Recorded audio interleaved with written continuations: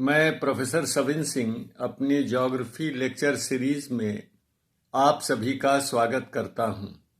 आज हम जलवायु परिवर्तनों के संकेतकों पर चर्चा करेंगे।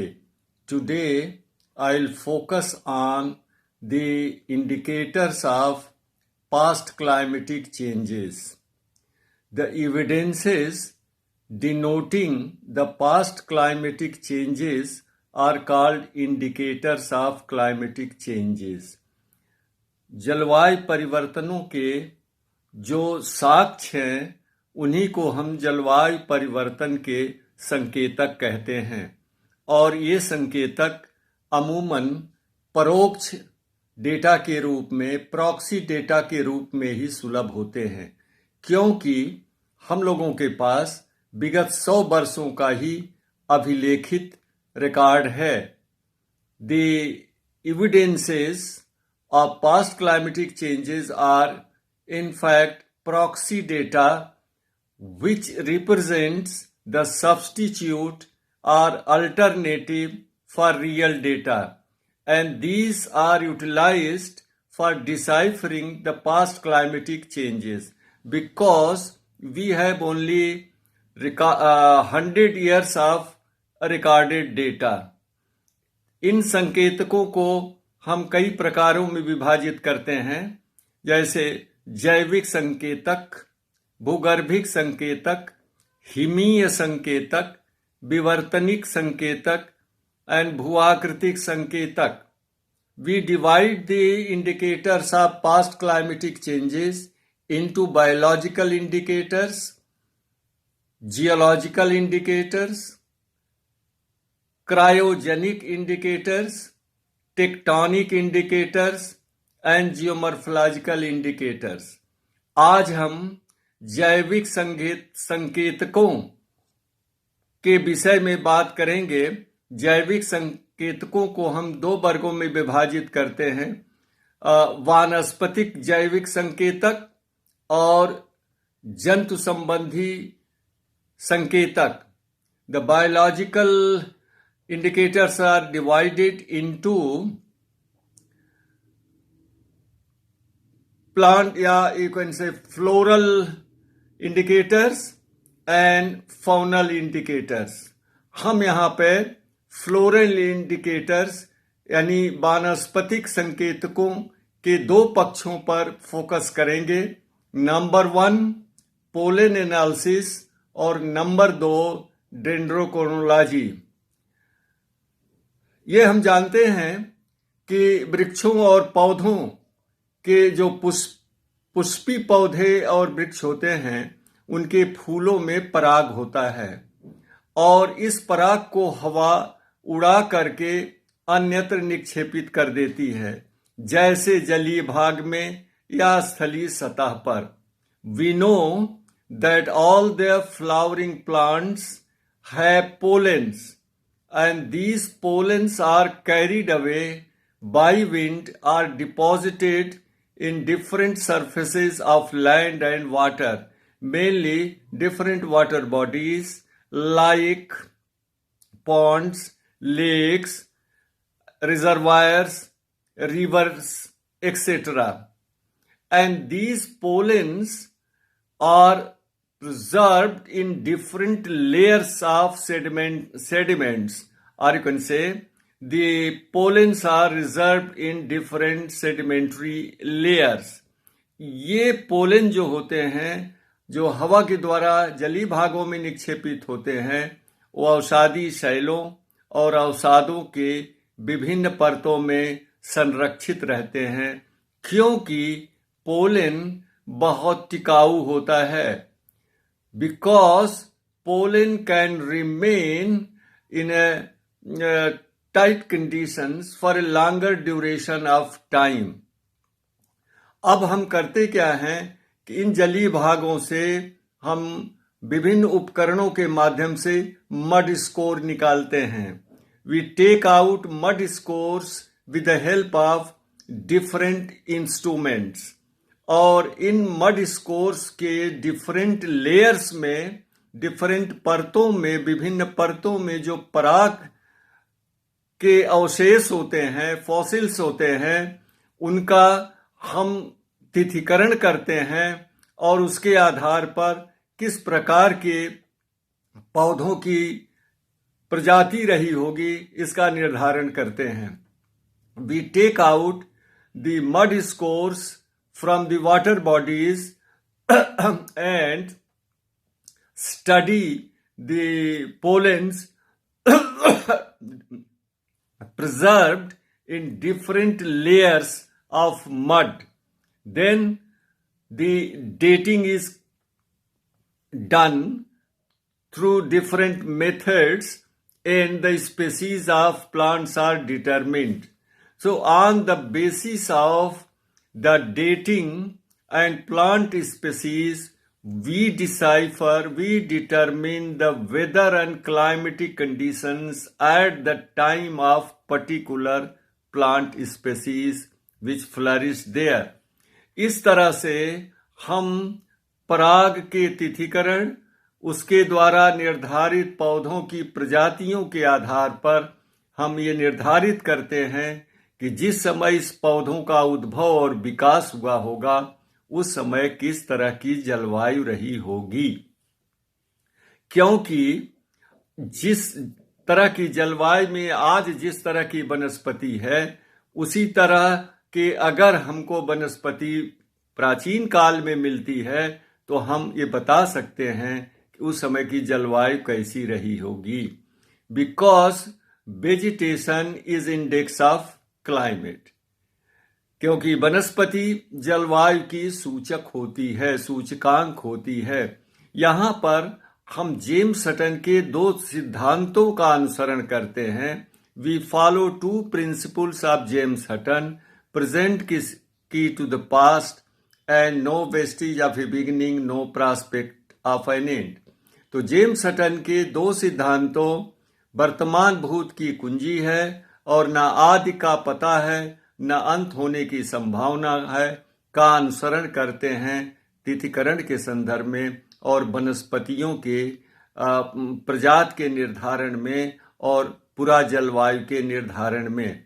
और उस सिद्धांत का भी अनुसरण करते हैं जेम्स हटन के अनुरूपतावाद का, एक रूपतावाद का, that the theory of uniformitarianism that states the same physical process and laws which operate today operated throughout geological periods, not necessarily with the same intensity as now.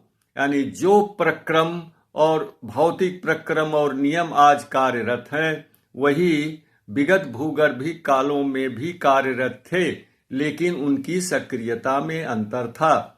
इस आधार पर मड स्कोर की analysis के आधार पर हम pollen का तिथिकरण, उसके आधार पर पौधों का निर्धारण, वृक्षों का निर्धारण और उसके आधार पर पुरानी जलवायु, विगत जलवायु का निर्धारण करते हैं। दूसरा तरीका है डेंड्रोक्रोनोलॉजी, वृक्षानुकालक्रमकी। यानी पेड़ों में जब विकास होता है तो उनके तनों में विभिन्न छल्ले बनते जाते हैं और इनको हम कहते हैं एनुअल ट्री रिंग ग्रोथ, यानी वार्षिक जो है छल्लों की वृद्धि का हम पता करते हैं। और इस तरह से वृक्षों के रिंग ग्रोथ के स्टडी और तिथिकरण करने वाले विज्ञान को हम डेंड्रोक्रोनोलॉजी कहते हैं। So dendrochronology is the study of dating of tree ring growth and determination of the species of plant and age of their existence। तो इस आधार पर हम जो ट्री में, वृक्षों में जो छल्ले बनते हैं उनकी स्पेसिंग, उनकी मोटाई, उनकी रंग, उनके शेप, आकृति आदि के आधार पर हम निर्धारित करते हैं कि किस तरह के मौसम संबंधी दशाओं में यह वनस्पति का विकास हुआ होगा।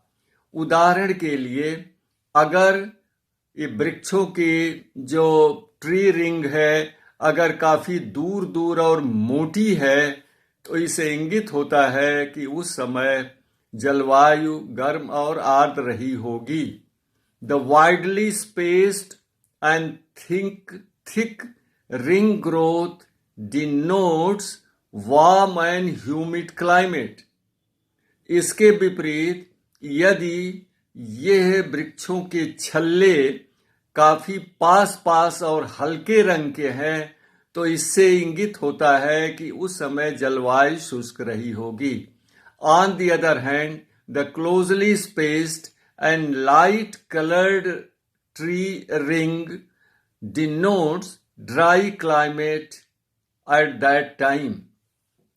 अगर वृक्षों के तनों के छल्लों के बीच में अगर काले रंग के मोटे छल्ला मिलता है तो इसे प्रतीत होता है कि उस समय बड़े पैमाने पर वनों में जंगली आग लगी रही होगी।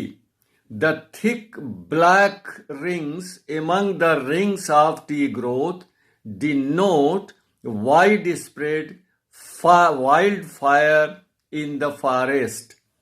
इसी तरह से अगर वृक्षों के जो छल्ले हैं उनका शेप कैसा है, अगर वो सकेंद्री हैं और सुडौल हैं तो उससे लगेगा कि वृक्ष उस समय सीधे लंबवत रहे होंगे धरातल पर। The concentric rings and symmetrical rings denote the fact that at that time the trees might have been perpendicular to the ground surface. लेकिन अगर ये ट्री रिंग जो होती है इलोंगेटेड होती है, एसिमेट्रिकल होती है, तो यह इंगित होता है कि उस समय वृक्ष झुके हुए रहे होंगे। If the tree rings are elongated, then it appears that at that particular time the trees might have been tilted, झुके हुए रहे होंगे। इस आधार पर हम उस ट्री रिंग का तिथिकरण करते हैं और उस तिथि के समय हम ये इन्फर कर लेते हैं कि हिमानी में प्रसार हुआ होगा या हिमानी में निवर्तन हुआ होगा। On the basis of symmetry or asymmetry and erect or tilting position of trees, we can easily determine whether there was the advancement of ice sheet or withdrawal of ice sheet, glacial surges or retreat or withdrawal of glaciers. अगर ये symmetrical हैं rings और सुडौल हैं और समान आकार की हैं और सकेंद्री हैं, इसका मतलब उस समय ग्लेशियल पीरियड ना होके इंटरग्लेशियल पीरियड होगा। If the concentric tree rings and symmetrical tree rings denote the period of interglacial episode, अगर ये झुके हुए हैं और अगर असिमेट्रिकल है ट्री रिंग्स तो इससे इंगित होता है कि उस समय हिमानी का प्रसार हो रहा होगा जिसके दबाव में ये वृक्ष या पेड़ झुक गए होंगे। The asymmetrical shape of tree rings denotes that at that time there might have been glacial surge, advancement of ice sheet, and because of the push factor of the advancing glacier, the trees might have been tilted. लेकिन यहाँ पर एक समस्या उपस्थित होती है कि पेड़ों में झुकाव प्रबल तूफानों के कारण जैसे हरिकेन या चक्रवातों के कारण भी हो सकता है। The problem arises that the tilting of the trees might be tilted because of strong winds associated with hurricanes and strong cyclonic storms. लेकिन इसको भी सॉर्ट आउट कर लिया जाता है और वर्तमान समय में वृक्षों के छल्लों के अध्ययन के आधार पर 3000 से 4000 वर्षों तक के पूरा जलवायु की पुनर्रचना की जा चुकी है। लेकिन हम एक बात यहाँ पर जरूर याद दिलाएंगे कि आज भी पूरा जलवायु पैलियो क्लाइमेट की पुनर्रचना एक दिलचस्प पहेली बनी हुई है। Still today the reconstruction of paleo climate is a fascinating puzzle, और इस पहेली को सुलझाने के लिए विद्वानगण तरह तरह के तरीकों को इजाद कर रहे हैं और उनके आधार पर प्राचीन यानी पृथ्वी के विगत भूगर्भिक कालों में हुए जलवायु परिवर्तनों की पुनर्रचना का प्रयास कर रहे हैं। अब आगे हम जो है भूगर्भिक इंडिकेटर्स की बात करेंगे। नमस्कार।